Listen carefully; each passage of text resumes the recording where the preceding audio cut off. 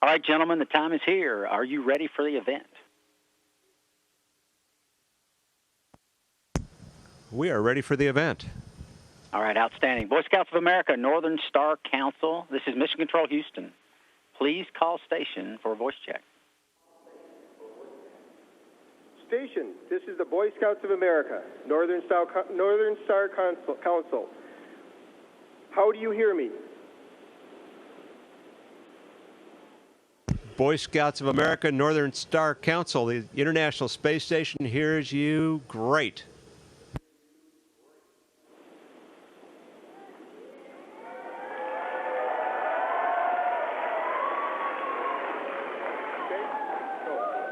Hi, I'm Ben Johnston from Henry Sibley High School.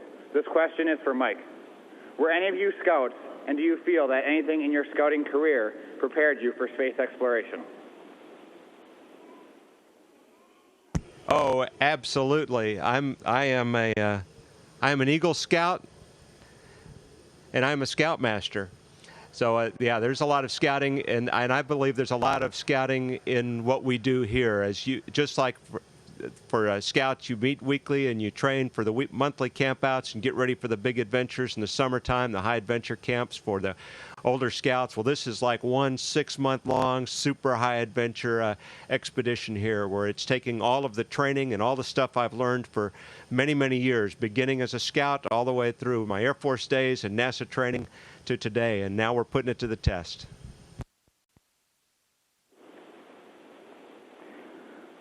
Hi, this is Thomas Rooney from Academy of Holy Angels High School. This question is for Ron. Why did you decide to become an astronaut?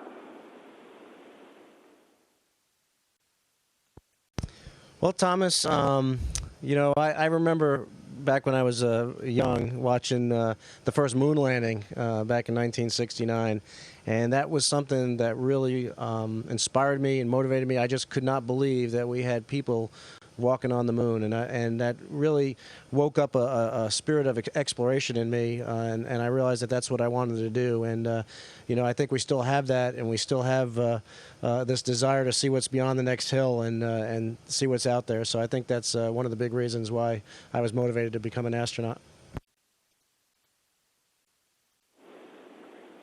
Hi, this is Jackson Armstrong from Harvest Preparatory School. This question is for Mike. What was it like being in space for the first time? Hey, Zach, that's a great question. My first time was 3 years ago on a space shuttle mission. And for me, there's several things really stand out. And the first was the first time I jumped up out of my seat. We've gone through launch, 8.5 minutes. In 8.5 minutes, we went from sitting still on the coast of Florida to being in space, and all of a sudden we're weightless. I unstrapped, I jumped up and grabbed some cameras to go to the window to take pictures of our fuel tank. And as I looked out of that window at the North Atlantic Ocean down below, blue ocean, little dappling of white clouds, and I realized the horizon was curved, big curve of the earth, and a totally black sky up above with this little thin band of atmosphere there. It was just breathtaking. I had this just feeling that I was looking at the world the way God looks at the world from outside, and what a magnificent experience.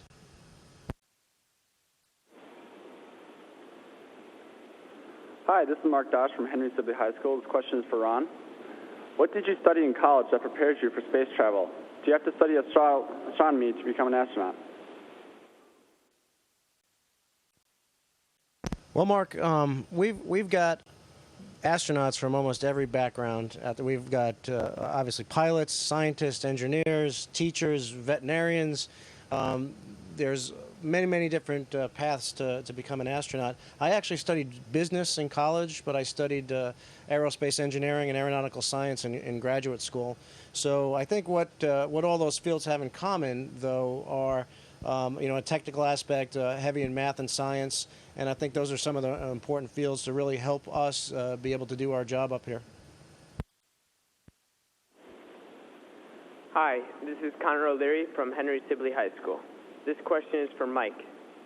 We are studying disability awareness. Are you doing microgravity research that will help people with diseases or chronic disabilities?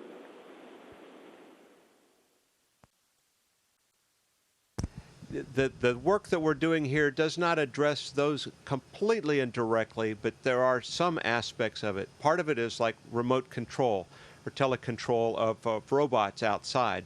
Perhaps a person with a disability doesn't have the ability, can't move heavy things or do some tasks, but they can control it remotely and have tools that will do things for them. So we're learning more about those kind of things. Actually, the ground is doing remote control of robotic systems outside the space station, right now. We're also studying the effects of microgravity on the human body, its impact on bone strength, muscle strength, and trying to find ways to stay healthy in an environment that does not give us the kind of exercise that you get by being able to go outside and run and be just physically active.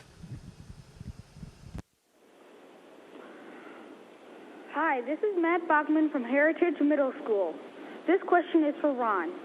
How much exercise do you do a day while in space? How do you exercise?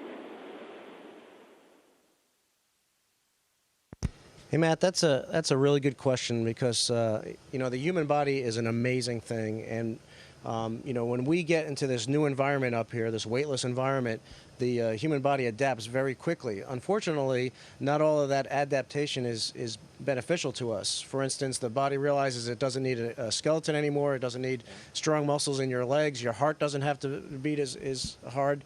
And so, we start to see some of those effects. And so to counter those effects, we exercise 2 hours a day. We have treadmills on board where we bungee ourselves down to the treadmill. We have stationary bikes, again, that we kind of secure ourselves to. And we also have resistance equipment that we do weightlifting on. And so we're able to counteract bone loss. We're able to counteract some of the muscle weakness that we would normally see from being up here. So it's something that we really need to get a handle on and understand if we're going to go further and further in space exploration. Great question. Hi, this is Graham Smith from Henry Sibley High School. This question is for Mike. What's it like to be in a confined space for so long?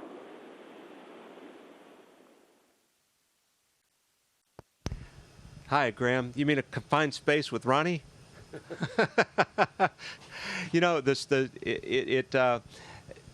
This is actually a fairly big place. We're very fortunate there.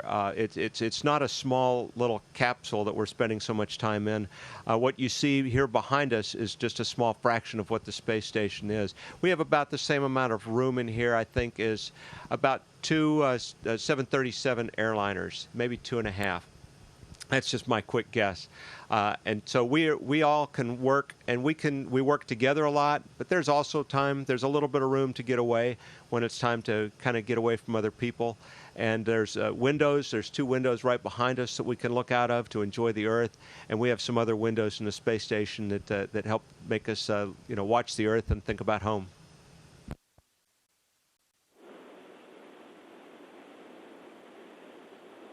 Hi, this is Matt Kinney from Henry Sibley High School. This question is for Ron. What is the estimated weight for the International Space Station if it was down on Earth? Well, yeah, good part of that question. If it was down on Earth, because obviously right now it doesn't weigh anything. It's weightless, but it's approximately 1 million pounds. So we've been constructing this space station. The first part of it, the first human came on board in the year 2000. So we've had a continuous human presence up here for over 10 years. And during that time frame, we were constructing the station and getting it bigger and bigger, more and more modules, more and more capability, airlocks and robotic arms, and it is this massive structure right now. And like I said, it's almost 1 million pounds. It's bigger than a football field. It's a very large structure and a very, very amazing accomplishment. Hi, this is Joe Coyle from Heritage Middle School. This question is for Mike. What language do you speak on the space station? Hey, Joel, good question. It's actually kind of a mix. English is the official language of the space station, but we also speak Russian with our Russian crewmates in the Russian Mission Control Center. And these days, with Satoshi Furukawa, our crewmate from Japan, on board, he communicates mostly in English, certainly with us, because our Japanese is pretty poor. But every once in a while, to get into really technical, detailed discussions with the Mission Control in Japan, they will use Japanese also. So that it is an international space station with 15 countries involved. The emphasis is really English and Russian, but sometimes you hear other languages as well. Makes it a very interesting place to live and work. Hi, this is Dylan O'Leary from St. Joseph Elementary School. This question is for Ron. What is next for manned space exploration and NASA? Yeah, that's a really good question. We just saw the end of the space shuttle era, and that meant the closing of a chapter of our history. But I think what it also means is an opening of a new chapter, a chapter that'll see us going beyond low Earth orbit and exploring the rest of the solar system. And so the International Space Station is a big step in that. It's a big enabler for us to be able to do that, to go further and further into space and to learn more and more about the universe that we live in.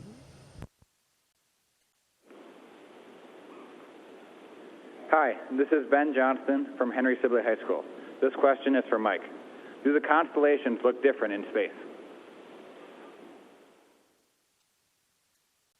Hey, Ben, that's a really interesting question. Last night, it was before I went to bed, it was we have a night and a day each every 90 minutes. So about 45 minutes a night and 45 minutes a day. And yesterday evening, I went to one of our window groups for the night pass, if you will, and I was watching the stars. I got some really neat pictures of Scorpio. The constellations do look the same up here. But what's different is you could see so many more stars that it's actually a little bit hard to recognize the ones that you know and love. And I experienced that first as a scout, used to looking at the stars from my hometown area, and then when I went to Philmont Scout Ranch in the Rocky Mountains and I went outside the first night excited to see the stars and I couldn't find them. I taught the Astronomy Merit Badge and I couldn't find the stars that I loved because there were so many of them. I get kind of that same feeling here.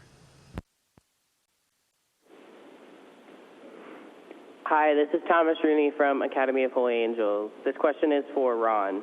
Can you check your Facebook or tweet from space?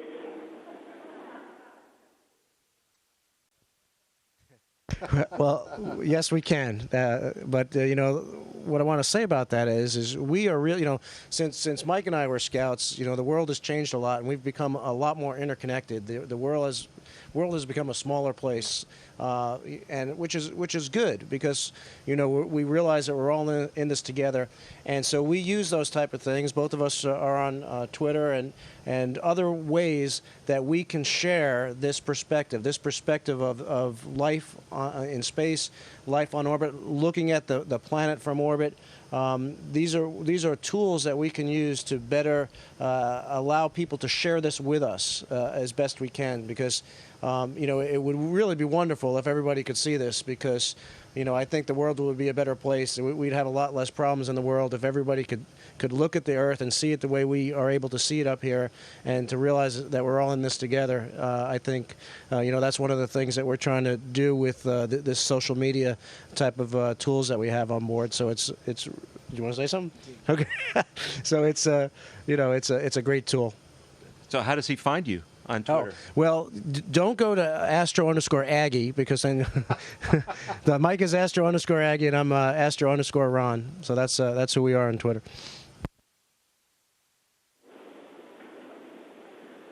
Hi, this is Connor O'Leary from Henry Sibley High School. This question is for Mike. How do you protect yourself, your eyes, and the International Space Station from direct radiation from the sun? Oh, that's a really good question. All of our windows are treated with an ultraviolet film that blocks the ultraviolet, because that would be the most dangerous thing. At times, we have had windows in space where that covering could be removed, And we've had some people get some pretty significant sunburn in a very short period of time without the Earth's atmosphere helping protect us. The sun is intense. Ron and I have done 4 spacewalks together, and the visor of our helmet there is covered with, actually, it's a silver film. It looks gold that helps block out that ultraviolet also. So that's the main thing there.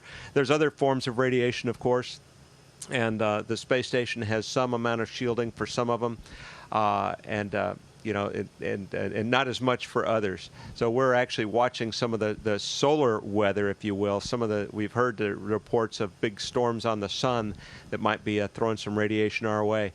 We hope to see some of that in the form of the northern and southern lights, but not get some of the bad stuff.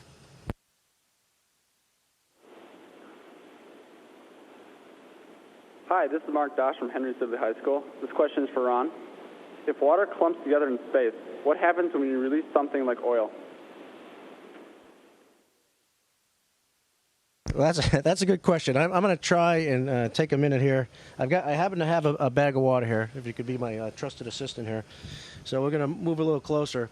So what it's not going to do. It's not going to rise to the top because you don't have convection and other effects up here. So. You're talking here, aren't you? Yeah.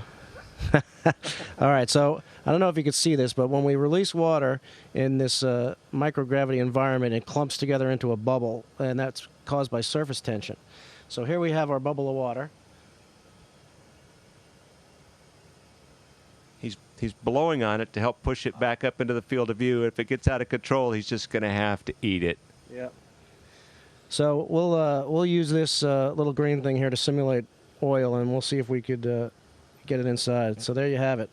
I'm not sure you can see that. Can you see it? Yeah.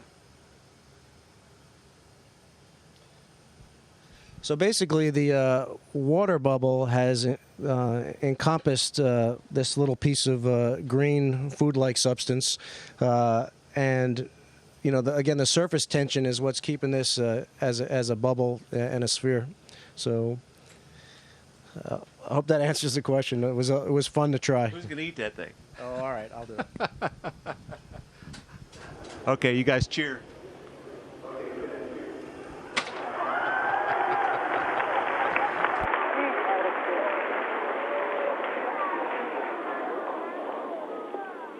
Hi, this is Jackson Armstrong from Harvard Preparatory School. This question is for Mike. How are you getting home?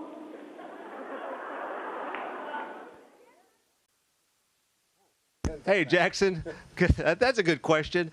We rode up here on a two different Russian Soyuz rockets, launching out of Kazakhstan, a place called Baikonur Cosmodrome. Very exotic place, very historic place. The first human to launch into space, Yuri Gagarin, did so, in April of 1961, 50 years ago, and we launched off of the exact same launch pad as him. So it's a really cool thing to be part of that history. Our ride home is that same Soyuz spaceship. So Ron's leaving in, 4.5 weeks or so, and I'm leaving in the middle of November.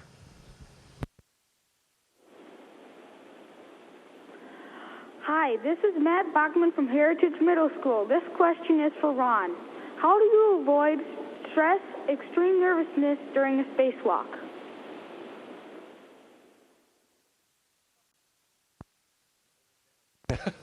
Yeah. Well, as Mike said, we've done 4 spacewalks together. So the only one I've ever been out on a spacewalk with is Mike. And on all the spacewalks, he would always say, as I was coming out of the hatch, "Hey, Ron, don't look down." But on the last spacewalk that we just did a few weeks ago, when I climbed out of the hatch, the Bahamas were beneath us, and it was just absolutely spectacular to see that. And so I beat Mike to the punch, and I said, "Hey, Mike, look down. Look at this beautiful planet we have here." But we when we are doing spacewalks, we have a lot of work to do, and we have a lot of tasks to perform. And so just staying focused on those and getting the job done is really how we overcome that.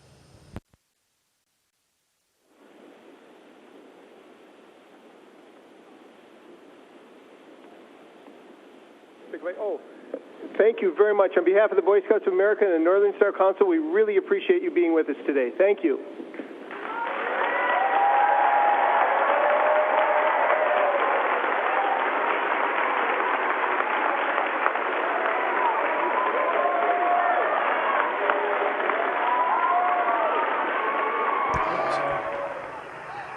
Hey guys. Yeah, that's okay. Guys, thank you very much. It's great to talk to all the scouts there. It sounds like you've got a huge crowd and a great program. We've heard about it, and it sounds like a wonderful thing. If you guys enjoy all that scouting has to offer, it's about fun, friends, and adventure, and a whole lot more. But don't worry about that. You guys concentrate on the fun, friends, and adventure. Have a great summer, and enjoy the ride. It's quite a trail. You never know where it might lead you.